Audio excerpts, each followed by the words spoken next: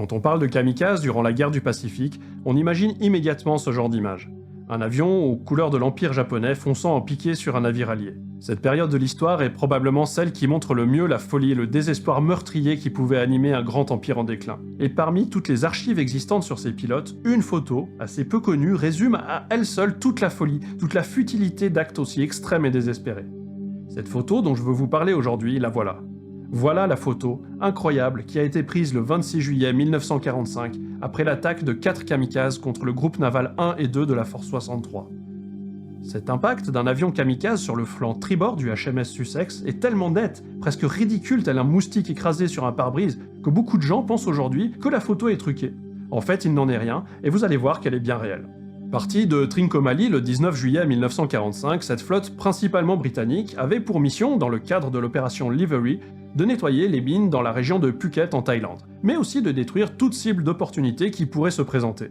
Composée d'une quinzaine de navires, dont entre autres le cuirassé Nelson, 2 porte-avions d'escorte ainsi que le croiseur lourd Sussex, cette force accomplit une des dernières patrouilles de la guerre sans rencontrer de forte résistance. Après avoir neutralisé 24 mines sous-marines, détruit 15 locomotives et 30 avions japonais au sol, la Force 63 remonte tranquillement le détroit de Malacca. Seulement voilà, le 26 juillet, vers 18h30, venant du nord-est à tribord, 4 avions japonais sont soudain aperçus. Volant proche de l'eau, au niveau du pont, les kamikazes sont tardivement engagés par la défense antiaérienne de la Force 63. Très rapidement, un des appareils est abattu par le Amir, un des 2 porte-avions d'escorte qui échappe de peu à l'impact. Au milieu d'un déluge de feu antiaérien, un autre appareil japonais arrive malgré tout à se frayer un chemin jusqu'au Plucky, un dragueur de mine. Mais au dernier moment, l'appareil tourne et percute le Vestal, qui prend feu et finira par couler, emportant avec lui 20 marins. Ça sera d'ailleurs le dernier navire britannique coulé durant la Seconde Guerre mondiale. Au même moment, les 2 derniers kamikazes se précipitent au ras de l'eau en direction du HMS Sussex. Le premier, un Aichi D3A Val, est abattu et percute l'eau à 300 mètres du croiseur lourd. Mais le deuxième, un Ki-51 Sonia, échappe au tir en volant au ras de l'eau. Tellement au ras de l'eau qu'il finit par percuter et rebondir sur la crête d'une vague à une centaine de mètres du Sussex. L'hélice pliée, le moteur serré et le train gauche à moitié arraché, le Sonia percute alors le HMS Sussex à une vitesse très inférieure à celle prévue pour ce type d'attaque. Et puis surtout, probablement endommagée par l'impact sur l'eau, la bombe censée exploser dans l'attaque ne se déclenche pas. Des témoins raconteront qu'ils ont vu le pilote lever les mains juste avant l'impact. Le Sonia laisse alors cette silhouette extrêmement nette et vraiment saisissante sur le côté tribord du HMS Sussex. Plusieurs détails de cette anecdote feront débat, à commencer par le type d'avion qui a percuté le navire.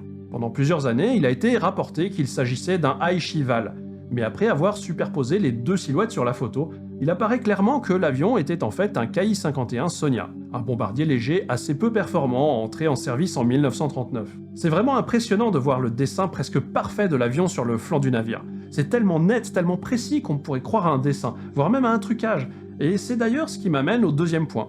Quasiment à chaque fois que cette photo est diffusée, il se trouve des gens pour clamer que c'est un fake et qu'un avion volant à plus de 250 km/h n'aurait jamais laissé une marque aussi nette et propre et que surtout le navire aurait certainement subi davantage de dégâts que ce ridicule impact de moustique.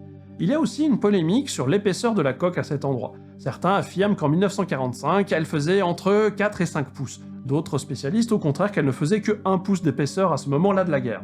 Alors on va tout de suite mettre les choses au clair. Cet événement a bien eu lieu le 26 juillet 1945 vers 18h30 dans le détroit de Malacca.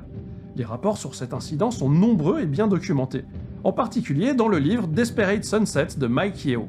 En fait, la raison qui pousse tant de gens à douter de la véracité de cette photo, c'est que, effectivement, elle a été fortement retouchée. La personne qui a colorisé l'original a énormément augmenté le contraste du cliché pour la rendre plus impressionnante. Et cela à un tel point qu'on a vraiment l'impression qu'un avion a été peint sur la coque du navire. En réalité, la photo originale, la voici. Et comme vous pouvez le voir, eh bien, le contraste est bien moins impressionnant. On ne peut pas parler de trucage, mais si on met les 2 photos côte à côte, il n'y a pas photo si j'ose dire. Celle de droite a tellement été dénaturée que certains ont commencé à douter de la véracité même de l'anecdote, alors que pourtant elle est vraie. Alors, coloriser des photos historiques, c'est bien, c'est utile, mais la transformer à un point tel que la crédibilité même de son existence s'en trouve affectée, c'est, je trouve, assez problématique. Et pour clore définitivement le débat, on peut ajouter qu'il est quand même assez rare de trouver une deuxième photo truquée sous un angle différent, comme dans ce cliché que j'ai réussi à dénicher. Donc voilà, la prochaine fois que vous verrez quelqu'un affirmer que cette photo est un fake, je compte sur vous pour lui mettre cette vidéo sous le nez. J'espère que l'histoire de cette photo vous a intéressé, que ce nouveau format vous plaît. Et si c'est le cas, n'hésitez pas à partager, liker, commenter et vous abonner. En attendant, je vous dis à bientôt dans la prochaine vidéo.